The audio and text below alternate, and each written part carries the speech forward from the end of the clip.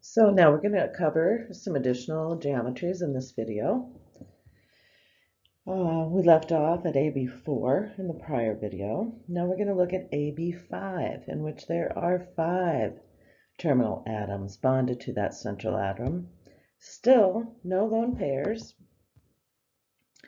And this geometry or arrangement of those terminal atoms around the central atom creates a structure or shape called trigonal bipyramid. So we have a trigonal region, basically in the same plane with the central atom. And then we have an atom above and below that plane. So this is the bipyramidal portion of that structure, or shape, I should say. Again, we don't have any lone pairs in the central atom, so our molecular geometry is going to be the same. An example of this geometry, phosphorus pentachloride. I think we named this molecule. I mentioned on the prior page that these 3 atoms are in the same plane with the central atom, and we can call that an equatorial position.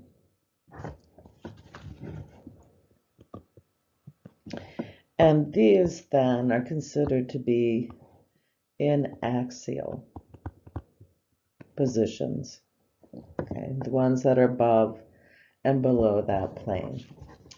So this is PCl5. You might see PF5, another example of this geometry. Next, AB6. So now we have 6 atoms bonded to that central atom. Still no lone pairs on that central atom, and this geometry is called octahedral. I just realized I didn't mention the bond angles in the prior structure. You can take a look at that in your book, but those in the plane or those equatorial positions would be 120 degrees bond angles, and the ones above and below the plane would be 180-degree bond angles. And again, here's that octahedral structure. Sulfur hexafluoride is our example here. You see, now that you can see it a little better with this ball and stick model, you'll see that there are now 4 atoms in the same plane as that central atom, and then 1 above and below that plane. These angles are 90 degrees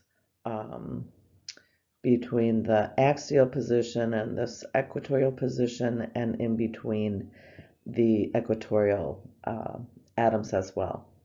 So SF6. Another way to draw this is to make a box, and we have our central atom here, which is sulfur, and it's going to be bonded to those 4 fluorine atoms in the same plane, and then we'll have 1 again above that plane and 1 below that plane.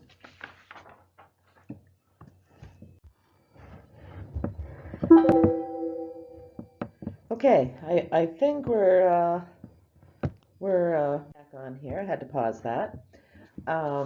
So now we're going to look at the impact that lone pairs on this central atom have on the geometry of these molecules and the bond angles that are affected.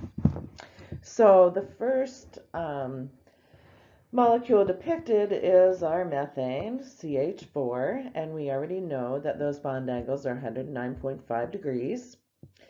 The next molecule that we're looking at is ammonia. Now notice that there's a decrease in this bond angle, and this affects the molecular geometry. See the big red balloon up here? That is the space taken up by those lone pairs of electrons, and it pushes against those other, the bonds between nitrogen and hydrogen.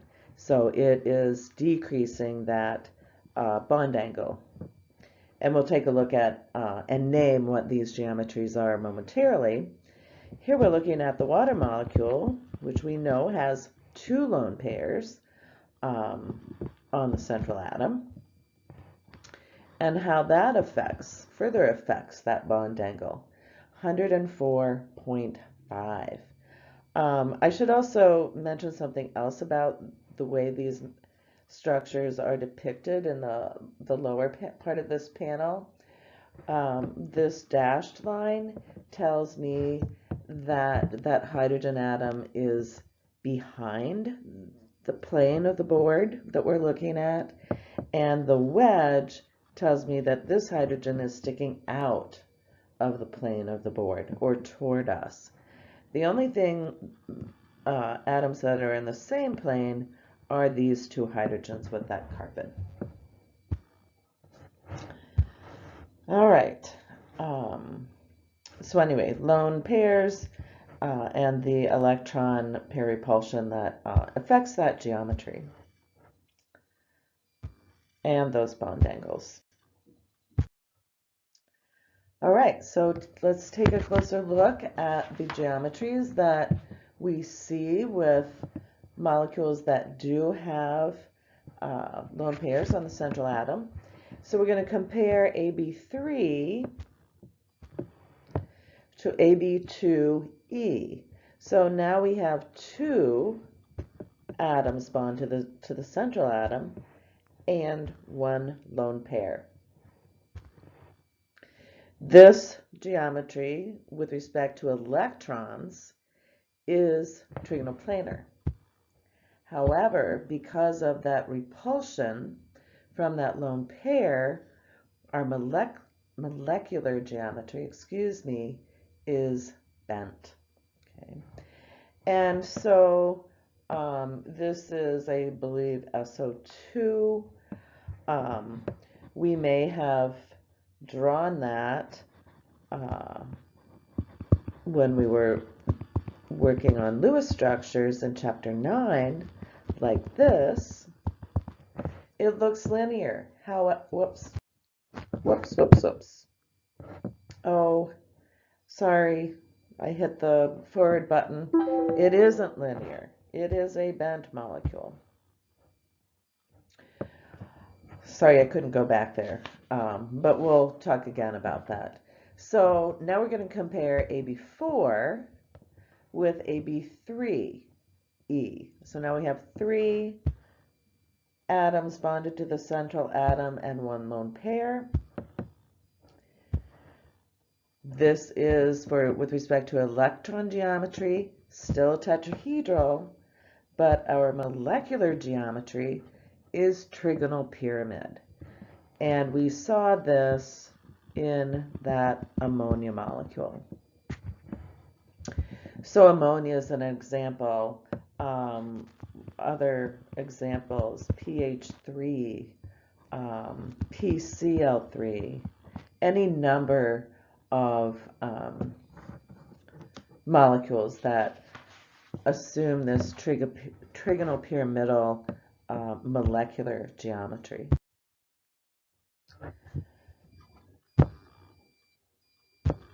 Oops, there we go. Now we're going to look at AB2E2. So we have two atoms bonded to the central atom, two lone pairs. We still have that tetrahedral geometry because we have four electron groups bonded to the central atom. And I'm going to start talking and referring to these as electron groups when I talk about electron geometry. Molecular geometry, however, is also bent. like the one prior example. And of course, water is our most common example for that. We could also use H2S. That would also be a bent structure. Other examples, OF2, one of our polyatomic ions, ClO2 minus.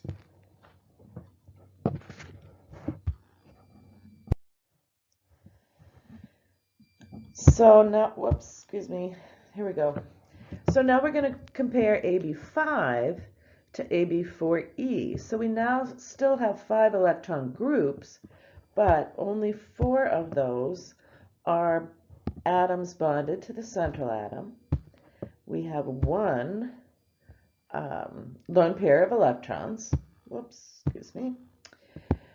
Trigonal bipyramidal, just like AB5 with respect to electron geometry, but we have this distorted tetrahedron. I do have a handout on D2L that I would like you to print off. It is in the additional handout section for chapter 10, and it covers or consolidates both valence shell electron pair repulsion theory, valence bond theory, which we will cover, have not yet covered, and the geometries that are associated with the Lewis structures.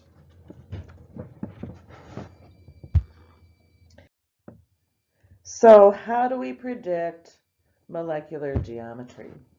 And this takes practice. But the first thing you want to do is draw a Lewis structure for that molecule. And after I do a couple of examples here, there'll be another video that I hope you'll print off my Lewis structure practice worksheet, where we'll incorporate not only Lewis structures, but electron geometry, molecular geometry, and polarity of these molecules that are on the sheet. Okay, so we draw our Lewis structure. We're going to tally the number of lone pairs on the central atom and the number of atoms bonded to that central atom. And then we'll use valence shell electron pair repulsion to predict that geometry. There are a couple tables in your book that are also helpful if you want to refer to that, but I highly recommend you printing off that handout that's in D2L.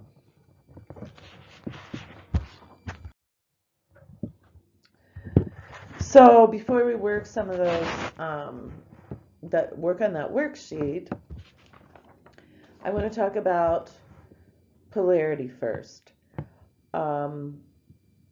We have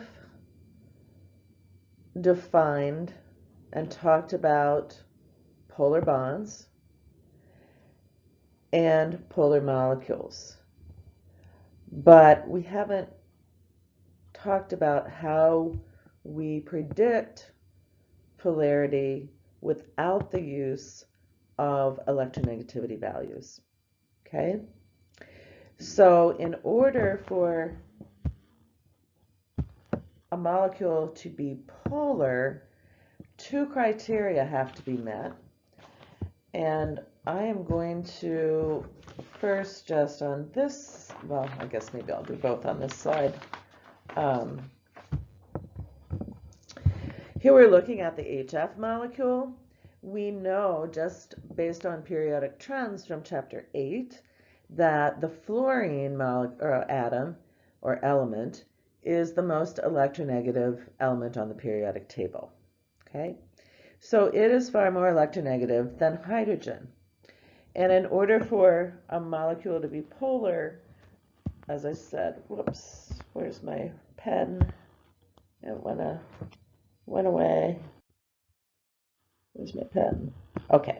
Oops. No, I moved forward again. Okay, so I guess basically since I kind of screwed that up, I'm going to have to do this right before we work on some examples. So bear with me. We'll get there in a minute. But let's take a look at this slide. And what we're looking at here, obviously, is a water molecule. We know it's bent. One of the rules that I will discuss is the fact that if there are lone pairs on the central atom, you don't have to ask yourself whether this molecule is polar or not. It will always be polar when you have lone pairs of electrons on the central atom. So water, which is bent, is a polar molecule. It has dipoles. In this case, oxygen is more electronegative than hydrogen, so it pulls those shared electrons closer to itself, or it hogs that electron density. These are permanent dipoles. Actually, maybe I'll be able to do that here.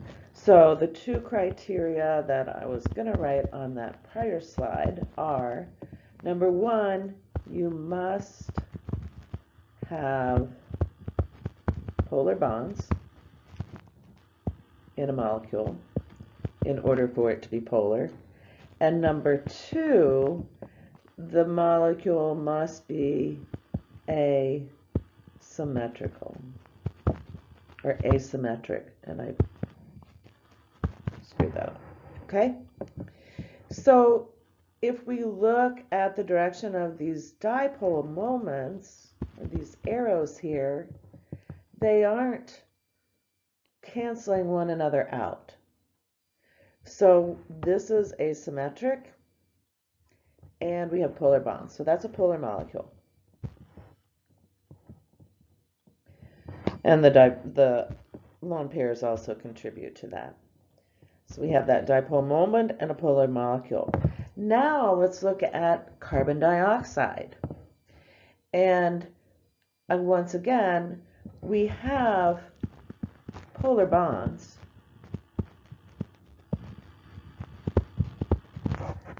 But do we have asymmetry? We look at the dipole moments. These two dipoles, you can pretend that those oxygen atoms are having a tug of war with carbon, but they are equal in strength, so they do not cancel one another out. So there is no dipole moment, so we have a nonpolar molecule.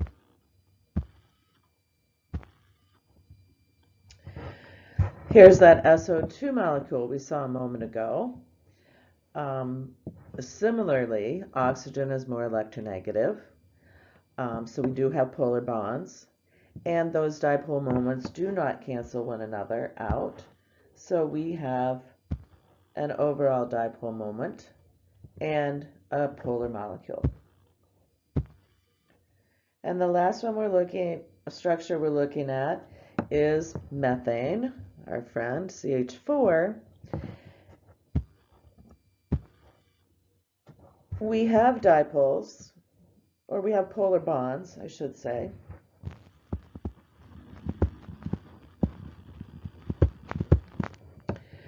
But we have symmetry here. So this is a nonpolar molecule. No dipole moment, nonpolar molecule, once again. Okay. So polar molecules, well, the other thing about these two structures, they have lone pairs on the central atom. Ca for central atom. Okay. All right, now I have some blank slides here that I'm just going to cover or give you some additional notes on summarizing, predicting polarity. And so for what I'm going to call simple molecules,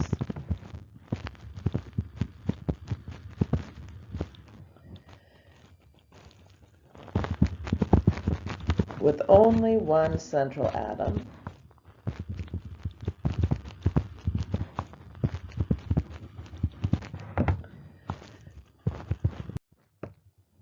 oops, oh heck, I keep bumping the forward button, so I'm going to just continue to write here. So A, under that for simple molecules, for linear, trigonoplanar,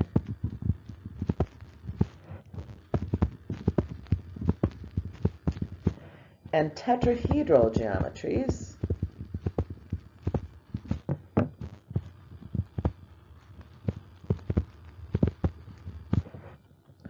one, if all atoms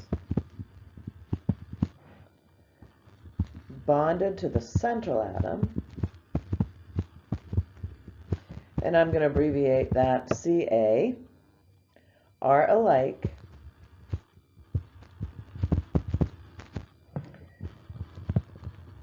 then the molecule is nonpolar. So I'm going to give you an example here.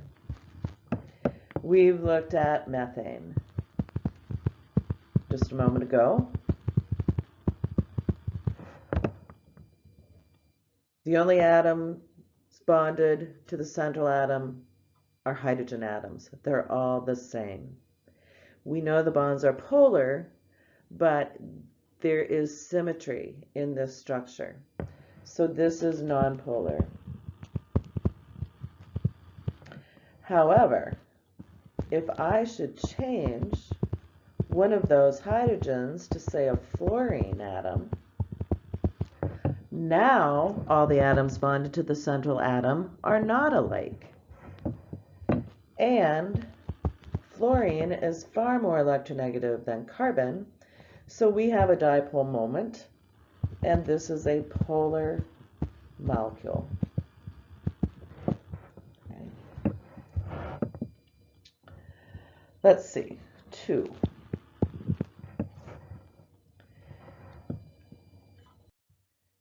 Oh, for heaven's sakes. So 2 basically stated what I just showed you in that drawing, that I'm really frustrated by this. If one or more atoms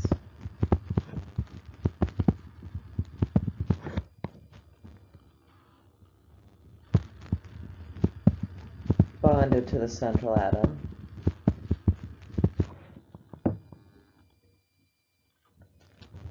are different,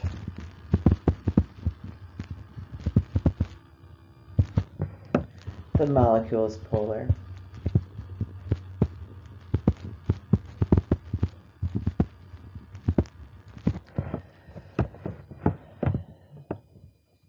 So for most cases,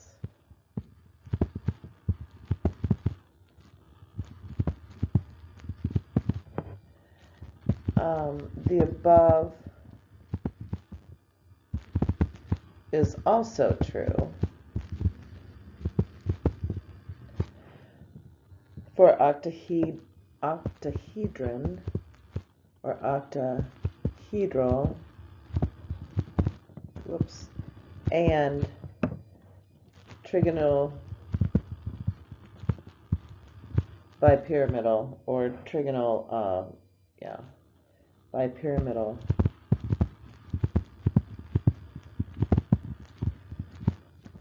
molecules. Okay, so the B part, and hopefully I can get this on this this slide, and then we'll end, and I'll start a video on the Lewis structure practice worksheet in which we'll put this all together. So for molecules that obey the octet rule,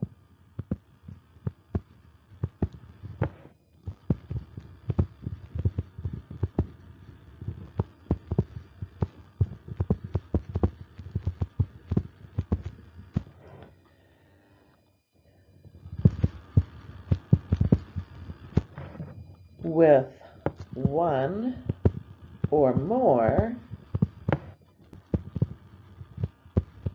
pairs, and note, obey the octet rule, one or more pairs of unshared electrons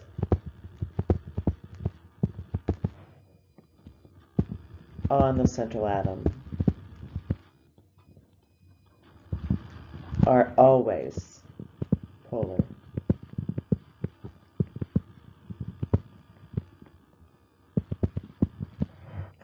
All right, I'll be back with the practice worksheet video, and then we'll move on to 2 more topics that are in this chapter, valence bond theory and molecular orbital theory.